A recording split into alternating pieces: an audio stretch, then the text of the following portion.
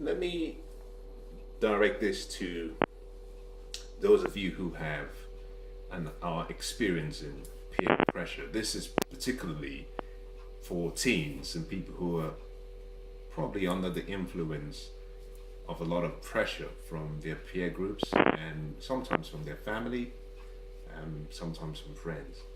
So this words are really directed at teens. If you're not a teen, perhaps you may not really appreciate or understand what I'm about to say, or perhaps you might do, but you may not find it relevant to where you find yourself. Anyone can use it, but I direct this particular to teens. We live in an age and at a time where there is so much pressure on teenagers. And let me start by saying this, that whatever pressure you find yourself under, whatever crisis you might think you're in, whatever challenge you find yourself in, let me be the person to tell you that it will not be the last that you face. And that might not sound really encouraging, but that is the truth. The only people who have no problems are those who are dead, those who are in a coma. The fact that you have problems is a sign of life. I'm not suggesting that the problems should be welcome, although it will do you some good to welcome problems. You see, there are two classes of people. The first class of people are people who try to avoid problems at all costs. And there's another class of people who actually look for bigger and, better problems to solve. Because hidden in every problem is an opportunity. In the Asianic word for crisis is a double-edged and double-sided word, one meaning danger and the other side meaning opportunity. They come as a package deal, and whatever crisis you think you're going through, whatever pressure you think you're going through, it has not come to stay, it has come to pass. And like the waves of an ocean, problems and crises will come. And it will be, you might have the continuous flow of problems, and then you have the occasional crisis. As a teenager, you might view what you're going through as a crisis, or you may view a time in the past as being a crisis. The first thing, like I said, is that it will not be the last. As long as you have life and you have breath in you, you will have more. But every time you have more, remember this, that you have more assets in you to overcome any pressure. And let me give you 6 that you could just think about and remember.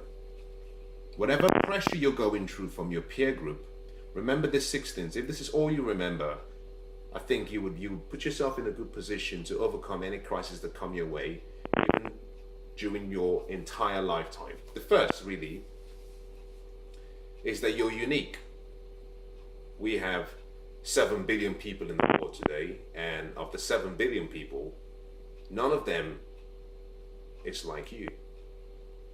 So remember this, that because there is no other person like you, no one understands you like you do. Now let me take it one step further. We've had 107 billion people who have lived. Of the 107 billion people who have lived, none of them were like you. Of the 7 billion that are alive today, none of us are like you. Now, long after you're dead and gone, no one will still be like you. No one will have the same DNA, fingerprints, smile, love, care, thinking pattern, ability to feel like you. Now, what that simply means is that you are the only prototype of your kind, which means people may not really understand you.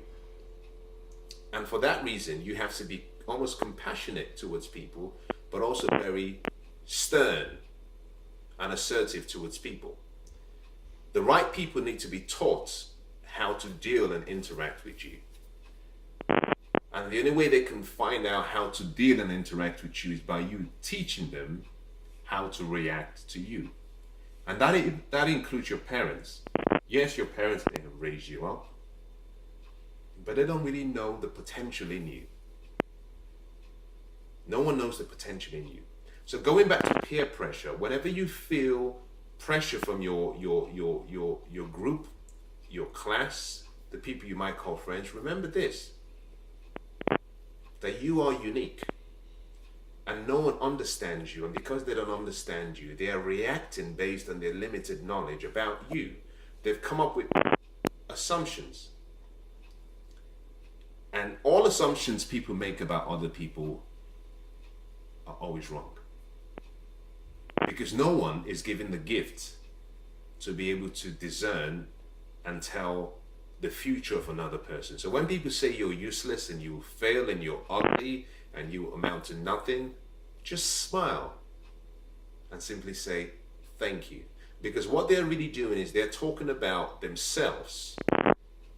They're really expressing how they feel about themselves. It has nothing to do with you. They don't even know you. So relax. Now remember this, that you are unique, but also because your level of uniqueness is so great, no one else has the same purpose as you do. And that you've been selected to do something grand and great in life. And to do that, you have to embrace who you really are. The biggest problem with teens is the pressure to conform to other people. I don't think a lot of teens are cowards. I think the biggest tragedy is that people are trying to be good replicas to other people. And I want to say to you that why would you want to be a replica to someone else when you were born as an original and will remain as the only original of your kind? It's like the film Avatar. Interesting film. But if you've seen the film, you could tell when they were trying to understand this species.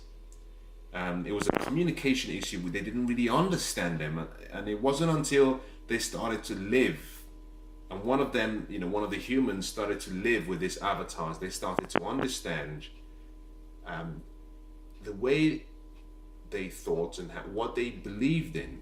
And it's the same thing with people, that unless people spend time with you, they may never really get to know you. The biggest mistake